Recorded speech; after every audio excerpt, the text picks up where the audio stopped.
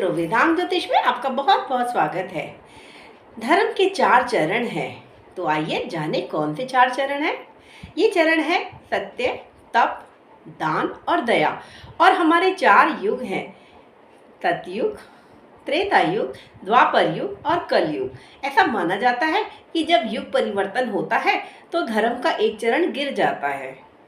सतयुग में धर्म के 4 चरण थे, यानी लोग सत्य बोलते थे, तपस्या करते थे, दान करते थे और दया दिखाते थे। लेकिन जैसे ही यह युग बदला तो धर्म का एक चरण गिर गया। सतयुग में बड़े बड़े महर्षि जैसे वशिष्ठ, अत्रि, अंगिरा और भृगु जैसे ऋषि तपस्या करते थे, तो राजा महाराजा यानी कि क्षत्रिय भी तपस्या करते थे, जैसे राजा विश्वामित्र। लेकिन जैसे ही युग परिवर्तन हुआ, वैसे ही लोगों के अंदर धर्म का एक चरण गिरने से परिवर्तन आने लगा। सतयुग में तो राजा हरिश्चंद्र का एग्जाम्पल बहुत ही महत्वपूर्ण है, क्योंकि न केवल वह दान के लिए जाने जाते हैं, बल्कि अपने सत्य के लिए उन्हें सत्यवादी राजा हरिश्चंद्र भी कहा जाता है। लेकिन सतयुग का परिवर्तन होते ही धर्म का पहला चरण सत्य गिर गया और त्रेता युग के शुरू होते ही लोगों ने झूठ बोलना शुरू कर दिया, यानी सत्य बोलने वाले लोगों की संख्या कम होने लगी।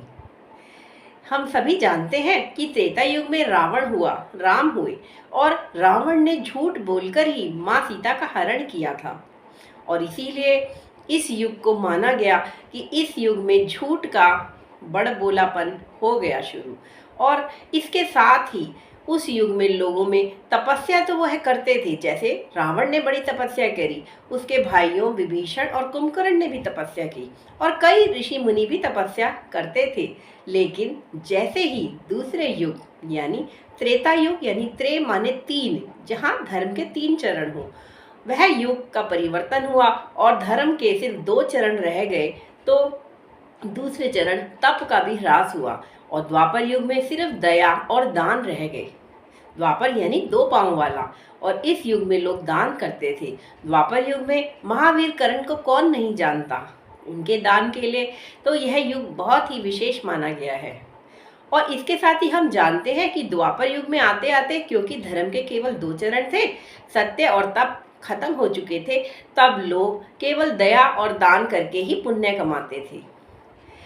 अश्वत्थामा मारा गया पर नर नहीं कुंजर, यह झूठ वह वहाँ झूठ है जिसके कारण महाभारत के युद्ध की दिशा ही बदल गई और लोगों ने झूठ बोलना शुरू कर दिया। जब राजा महाराजा ही झूठ बोलते थे तो प्रजा तो झूठ बोलेगी ही। इसके बाद फिर युग परिवर्तन हुआ और कलयुग का आरंभ हुआ, और कलयुग के आरंभ होते ही धर्म का तीसरा चरण यानी दान भी गिर गया। कलयुग में लोगों ने न केवल सत्य, तप और दान को छोड़ा, बल्कि वह झूठ बोलते थे, तपस्या नहीं करते थे, और साथ ही दान भी कम होता चला गया। कलयुग में धर्म का सिर्फ एक चरण ही विद्यमान है, और वो है दया, यानी अभी भी लोगों में कुछ दया है, लोग अहिंसा में विश्वास रखते हैं। ऐसा माना जाता है कि जैसे ही इस चरण का भी ह्रास होगा, यानी कि धर्म के 4 चरण का अंत हो जाएगा, सत्य, तप, दान, दया का, तब महाप्रलय आएगी और फिर धर्म के 4 चरणों के साथ फिर से शुरुआत होगी एक नए सतयुग की। लेकिन फिर भी आजकल के दिनों में, आज के युग में, कलयुग में कुछ लोग हैं जो सत्य बोलते हैं, तपस्या करते हैं, दान देते हैं और दया दिखाते हैं। दया केवल हिंसा और अहिंसा के रूप में नहीं, शारीरिक रूप में ही नहीं, मानसिक रूप में भी।